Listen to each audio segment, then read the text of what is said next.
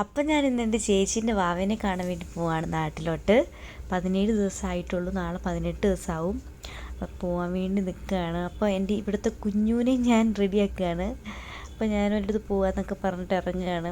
ഇവൻ്റെ കുഞ്ഞ് ഫേസ് കണ്ടപ്പോൾ സങ്കടം തോന്നി, എന്നാലും പോകാതിരിക്കാൻ വയ്യ. ഞാൻ അവൻ്റെ അടുത്ത് യാത്ര പറയുകയാണ്. അപ്പോൾ പോകുന്നതിൻ്റെ കുരയാണ് അവനെ കൂട്ടാണ്ട് പോകുന്നതിൻ്റെ. അങ്ങനെ കുറച്ച് വയ്യാണ്ടാകുമ്പോൾ അവന് ഉറങ്ങിക്കോളും. ഉറങ്ങല്ല, അവൻ മറന്നു നോക്കുള്ളൂ നമ്മളെ. കഥ അടച്ച് ഞാൻ സ്റ്റിൽ കുരയാണ്. അങ്ങനെ വന്ന് നിൽക്കുമ്പോൾ നമുക്ക് ഫുള്ളായിട്ട് അടച്ചിട്ട് പോകാൻ തോന്നില്ല, സങ്കടം വരും കേട്ടോ. അങ്ങനെ ഞാൻ കഥ തുറന്നു. ബസ് കയറാൻ വേണ്ടി നിൽക്കുകയാണ്. ഞാൻ ഒരു എബിസെറ്റിൻ്റെ മരുന്നൊക്കെ വാങ്ങിച്ച് കഴിച്ചു. കുറേ ബസ്സുകൾ ഇങ്ങനെ പൊയ്ക്കൊണ്ടിരിക്കുകയാണ്. നമ്മുടെ ഇതുവഴി കല്ലടയുണ്ട്, സേറയുണ്ട്, സൂറയുണ്ട്, മാങ്ങയുണ്ട്, തേങ്ങയുണ്ട്, കുറേ ബസ്സുണ്ട്. ഞാൻ പോകുന്നത് നോൺ സ്ലീപ്പറിലാണ് ഞാൻ ഇപ്പോഴാണ് ഇറങ്ങുന്നത് കേട്ടോ. പിന്നെ തിരക്ക് കാരണം കിട്ടിയില്ല, അപ്പം ഞാൻ ഇരുന്ന് ഉറങ്ങേണ്ടി വരും.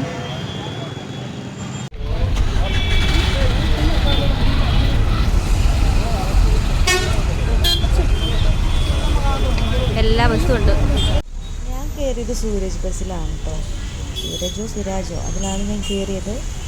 അപ്പോൾ കയറിയിട്ട് എടുത്ത സീനാണ്. ഭയങ്കര തിരക്ക്, അവിടുത്തെ ട്രാഫിക് അറിയാം. അങ്ങനെ നമ്മൾ ഇവിടുത്തെ ട്രാഫിക്കിൽ നിന്നും നാട്ടിൽ തിരക്ക് കുറച്ച് ട്രാഫിക്കിലേക്കാണ് പോയിക്കൊണ്ടിരിക്കുന്നത്. ഇപ്പോൾ അങ്ങനെ നാട്ടിലെത്തിയപ്പോൾ തന്നെ ഒരു സുഖം, സന്തോഷം. കുറച്ച് നേരിയ മഴയുണ്ടായിരുന്നേ, അതും ഇങ്ങനെ പോകാൻ വേണ്ടി നല്ല രസമായിരുന്നു.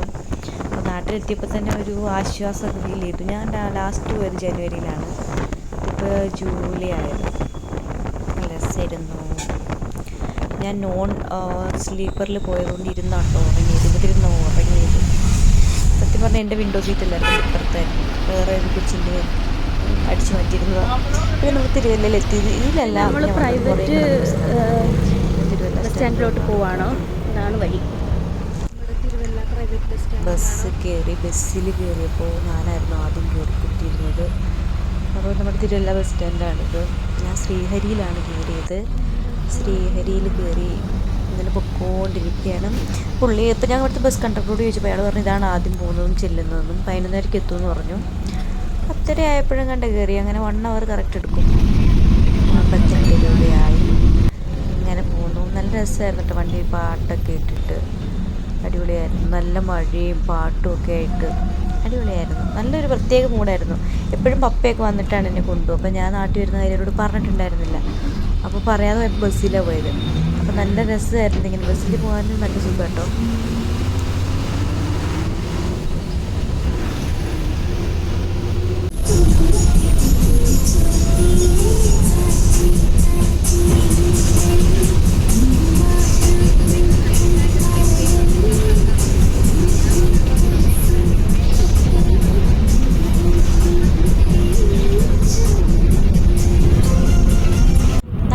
റംബൂട്ടാൻ്റെ സമയമാണ്. അപ്പോൾ എല്ലാവരും ഇങ്ങനെ കവർ ചെയ്യുന്നു.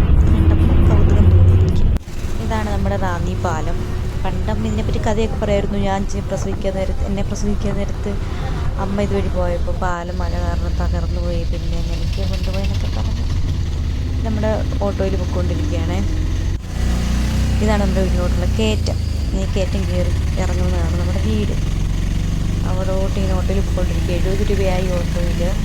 എന്നാലും ഓക്കെയാണ്. അങ്ങനെ പൊക്കോണ്ടിരിക്കും ഓട്ടോച്ചേട്ടൻ്റെ കൂടെ. നല്ലൊരു കുത്തൻ കയറ്റം കേട്ടോ, ഇത് നല്ലൊരു കുത്തനെ കയറ്റം ഇത്. അങ്ങനെ ഇതാണ് എൻ്റെ കുഞ്ഞിനെ ഞാൻ ഫസ്റ്റായിട്ട് കാണുമ്പോൾ ഞാനെടുത്ത അവൻ്റെ വീഡിയോ ഇതാണ്. അവൻ വിൻഡോയുടെ അവിടെ ഇങ്ങനെ കിടന്നുറങ്ങുമായിരുന്നു. ആദ്യമായിട്ട് എടുത്ത ഫോട്ടോ എൻ്റെ കുഞ്ഞിൻ്റെ, ഇവൻ്റെ ഫോട്ടോ ഇതാണ് ആദ്യമായിട്ട് എടുത്തത്. ഡാൻസ് കളിക്കുകയാണ് അവൻ. പിന്നെ ബസ്സിലൊക്കെ വന്നുകൊണ്ട് ഞാൻ പോയി കുളിച്ച് വൃത്തിയായിട്ട് വന്ന് അവൻ്റെ കൂടെ കുറേ നേരം ഇരുന്നു. അവനാണ് എൻ്റെ അടുത്ത് മുള്ളൊക്കെ ചെയ്ത്. പിന്നെ ഞാനവന് വാങ്ങിച്ചുകൊണ്ട് വന്ന ഡ്രസ്സൊക്കെ ഞാൻ ഇടിപ്പിച്ചിട്ട് ഫോട്ടോ എടുക്കുമായിരുന്നു കേട്ടോ. കളി വന്നപ്പം ഇവിടെ നട്ടു വെച്ച ചെടികളാട്ടോ എൻ്റെ വീട്ടിൽ വന്നപ്പോൾ. ഇതിനൊരു വെളുത്തുള്ളിയുടെ മണമാണ്. പാമ്പിനെയൊക്കെ ഓടിക്കുന്നു പറയും. ഇതൊക്കെ പണ്ടത്തെ ചെടികളാണ് കേട്ടോ. സ്കൂളിലൊക്കെ പഠിക്കുമ്പോൾ കണ്ടതായി, പിന്നെ ഇപ്പോഴാണ് കാണുന്നത്. ഇതൊക്കെ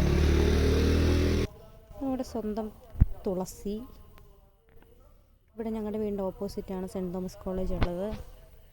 സോ അവിടെ എന്തോ ഫങ്ഷനാണ്, അതിൻ്റെ സൗണ്ടാണ് കേൾക്കുന്നത്. ഉണ്ടോ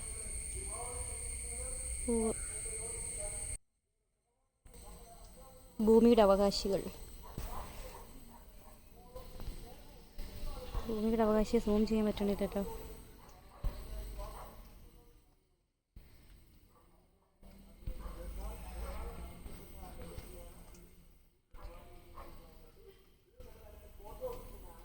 ഇതൊക്കെ കളക്ഷൻസിലുള്ളതാണ്.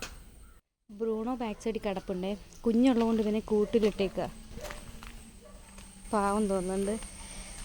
പകൽ മാത്രമേ ഉള്ളൂ കൂട്ടിൽ, രാത്രി ഒരാൾ നമ്മുടെ അടുത്ത് വരും. പാവം കൊണ്ട് സങ്കടപ്പെട്ടിരിക്കുക. ബ്രൂണോയെ തങ്കച്ചനെ പിണങ്ങിയിരിക്കുക കേട്ടോ. സ്നേഹ കുഞ്ഞുള്ളതുകൊണ്ട് അധികം മൈൻഡ് ചെയ്തിട്ട് ഇപ്പോൾ അതിൻ്റെ ഒരു ഫ്രസ്ട്രേഷൻ ഇരിക്കുക ആൾ.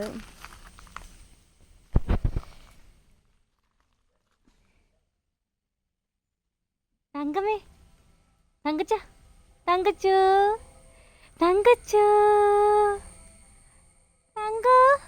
നേരത്തെ കുരയ്ക്കായിരുന്നു, ഇപ്പോൾ സ്നേഹം കാണിക്കുന്നില്ല. എന്നോടും പിണങ്ങിയിരിക്കുകയാണോ? തങ്കോ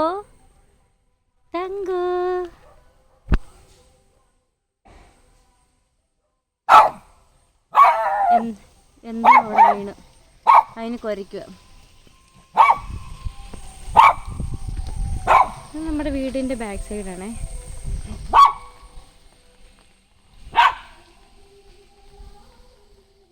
അങ്ങ് ഓപ്പോസിറ്റാണ് കോളേജ് ഉള്ളത്.